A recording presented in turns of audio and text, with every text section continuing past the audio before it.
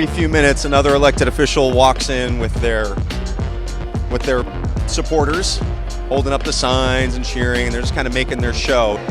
It's the Dave Jones crew. It's a ritual. So we have the general election in November, but first we have the primary election June 5th. But first, we have this endorsement vote. So when you go to vote on June 5th, you're like, how did this candidate get Democratic Party preference next to their name and the other candidate just has their occupation? How did that happen? This, do a little turn, this is where it happens.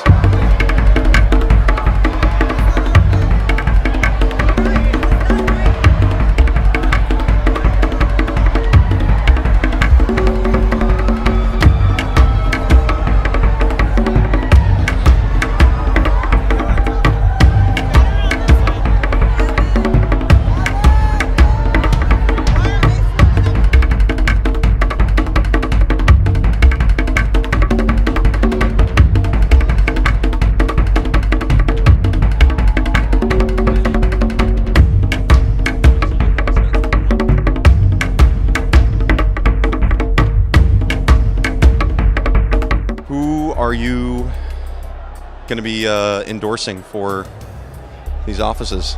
At this time, I'm undecided if I'm going to vote no endorsement for every race or vote no endorsement on most candidates minus a handful of progressive ones. Why is that? I mean, your job as a delegate is to endorse candidates or, vote no endorsement.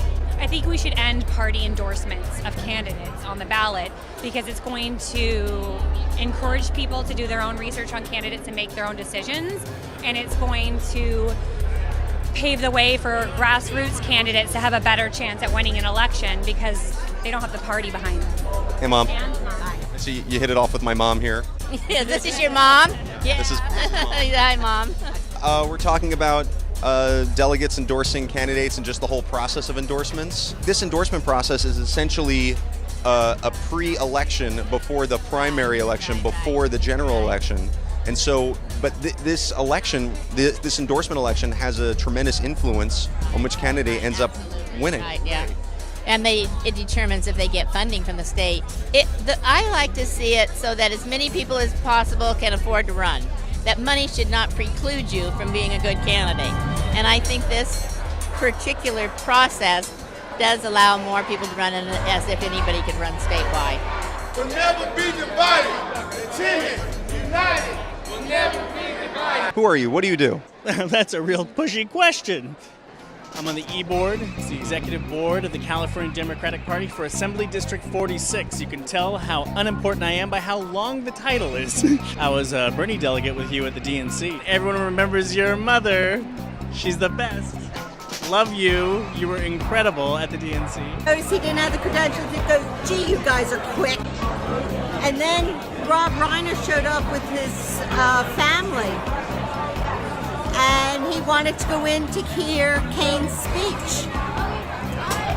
But he didn't have the right credentials, and therefore we could not allow him in.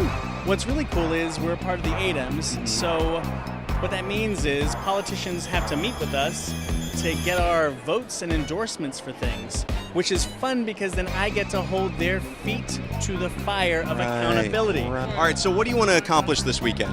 Look, this weekend I want to meet with as many politicians as possible about SB 562. Senate Bill 562. You got it. Single-payer health care now. When it comes to Viragosa, I'm not that interested because he took $1 million from Herbalife. What? $1 million? And then he keeps talking about single-payer as pie in the sky. Well, I would too if a multi-level marketing pharmaceutical company gave me $1 million.